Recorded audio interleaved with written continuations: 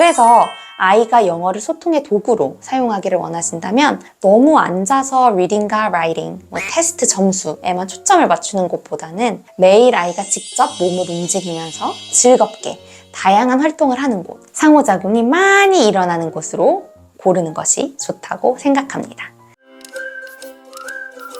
안녕하세요. 로메이징 로아맘입니다. 1편을 안 보고 오신 분들은 오른쪽 상단에 1편을 띄워드릴게요. 먼저 보고 오셔야 정확하게 이해하실 수 있습니다.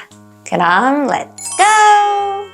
먼저 장점부터 한번 얘기해 보겠습니다. 첫 번째, 1편에서 말씀드린 언어의 양과 질이 충족된 상대적으로 풍부한 언어 환경입니다. 아이들이 직접 개입되어서 오감을 사용하며 일상을 영어로 경험할 뿐 아니라 다양한 리딩 학습을 통해서 문해력을 키울 수 있습니다. 생활 영어와 문해력을 함께 갖고 갈 수 있는 것이죠. 두 번째로, 대부분의 학자들은 언어를 배우는 데는 민감기가 있다고 합니다. 이 시기를 사춘기가 오기 전인 만 11세에서 12세 정도로 보고 있죠. 물론 그 이후에도 언어를 배우는 것이 충분히 가능하고 주변 사례도 적진 않지만 상대적으로 훨씬 더 많은 시간과 많은 노력을 들일 확률이 높다는 것입니다. 민감기가 지나고 나서 영어를 배울 때의 장점도 있긴 합니다. 이미 모국어로 알고 있는 개념이 많기 때문에 더 금방 제2 언어를 배울 수 있다고 해요. 하지만 문법적인 부분, 의미 연결과 장기 기억의 상관관계, 발음과 억양, 배우는 환경 등등 전체적인 요소를 보았을 때 어릴수록 더 쉽게 배우고 더 원어민에 가까운 언어를 구사한다고 합니다. 그래서 이 언어의 민감기에 영어 유치원을 통해서 언어의 양과 질을 풍부하게 충족시켜 주려고 하는 것이죠.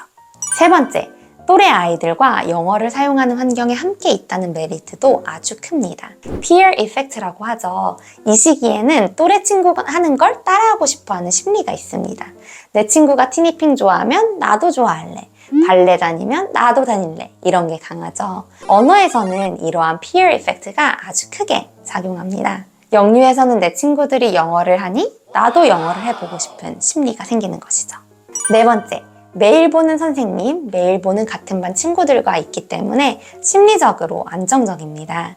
요즘에는 다양한 영어 기관이 많죠. 영어 도서관, 영어 놀이기관 등등등. 어떤 아이들은 이렇게 영어 유치원이 아닌 기관에서도 충분하게 상호작용을 받아서 효과를 톡톡히 보는 아이가 있지만 이런 곳은 대개 스케줄을 보고 원하는 놀이를 골라서 주 단위로 신청을 넣고 횟수를 차감하다 보니까 상대적으로 아이가 예민할수록 상호작용의 이점을 얻기가 조금 힘들 수 있습니다.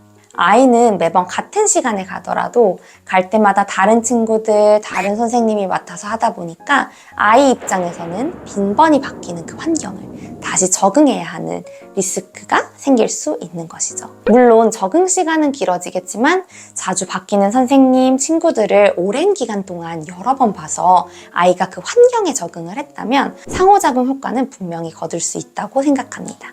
영유는 어린이집처럼 매일 가는 곳이다 보니까 아이가 한 번 마음을 붙이면 그럴 걱정이 많이 줄어들고 해소가 될 수밖에 없습니다. 네, 단점에 대해서 얘기를 해보겠습니다. 첫 번째로, 비쌉니다. 너무 비싸요. 영어 유치원을 고려하는 부모님들 중에 금액을 고려하지 않고 골라서 가시는 분들은 그렇게 많지는 않을 거라 생각합니다. 독일처럼 영어를 사회적인 소통 언어로 사용할 수 있을 만큼 풍부한 영어 인풋 환경을 공교육에서 좀 제공을 한다면 영유가 필요 없을 수도 있을 거예요. 월 최소 100만 원에서 250만 원을 감당하기에는 너무너무 부담스럽긴 합니다. 너무너무 부담스럽긴 합니다. 너무너무 부담스럽긴 합니다. 두 번째, 놀이와 학습이 밸런스 있게 구성이 된 영어 유치원보다는 상대적으로 오랫동안 앉아 있어야 하는 학습식이 많습니다. 5세 이후부터는 앉아서 하는 학습식도 분명히 도움이 됩니다.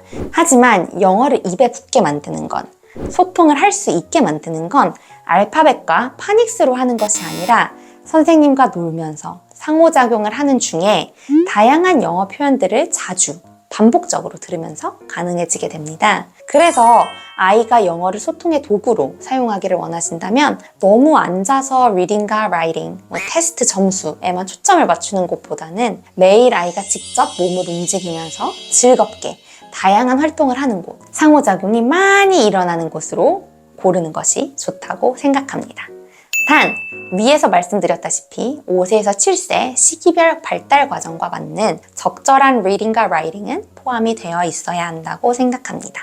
세 번째, 선생님의 능력, 지식, 추구하는 바, 스타일 등에 따라서 받는 교육이 크게 달라질 수 있습니다. 저도 영어 유치원 선생님이었지만 선생님마다 아이를 다루는 스킬, 수업 방법, 센스 등등등 다양한 요소에 따라서 결과가 천차만별이 될 수 있습니다. 그래서 저는 최대한 선생님의 리스크를 줄일 수 있도록 세세하게 커리큘럼이 짜여진 곳, 그리고 원이 추구하는 바를 선생님들과 자주자주 소통하고 또 교사 교육이 자주 있는 곳을 추천드립니다. 하지만 그렇게 하더라도 선생님의 스타일에 따라서 달라지는 것은 막을 수가 없겠죠. 그래서 선생님들이 되도록이면 유아 관련 전공자, 교육 관련 전공자, 햇솔 자격증 보유자, 또 유아 티칭 경험이 많거나 아이를 키워본 경험이 있는 분들이신지 등등 상담 때 물어보시는 것도 하나의 방법입니다. 네, 오늘은 영어 유치원의 장단점에 대해서 얘기해 보았습니다. 다음 편에서는 영유를 고를 때의 기준과 보내기 전후 준비할 것에 대해서 한번 알아보도록 하겠습니다. 오늘 영상이 도움이 되셨다면 좋아요, 구독, 알림 설정 부탁드립니다. 감사합니다.